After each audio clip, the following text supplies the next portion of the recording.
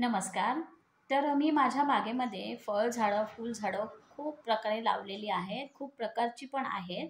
त्यामध्ये मी एक चिबूडचा वेल लावला होता. तर ते छान वेल तयार झाली आहे आणि त्याला फळंही आली आहेत आणि फुलंही आली आहेत. तर आज त्याला एक मोठं फळ आलंय ते तुम्हाला दाखवते माझ्या बागेमध्ये वेल नेऊन. तर व्हिडिओ शेवटपर्यंत बघा. आवडल्यास लाईक, शेअर, सबस्क्राईब करायला विसरू नका.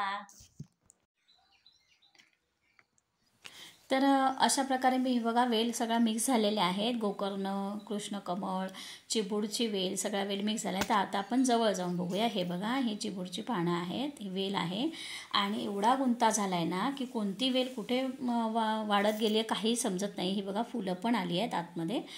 हे बघा छान फुलं आली आहेत. तर अशा प्रकारे हा गुंता सोडवण्यात आता मला वेळ नाही आहे. तर फळ लागलं आहे ते बघूया. हे बघा चिबडाचं हे फळ आहे आणि थोडं कच्चं आहे त्यामुळे पिकत ठेवावं लागेल. आता हे मी तोडून घेते.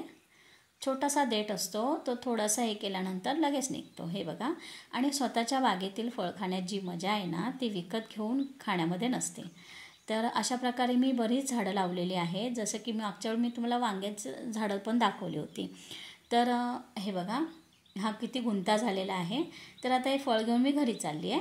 तर व्हिडिओ शेवटपर्यंत पाहिल्याबद्दल धन्यवाद.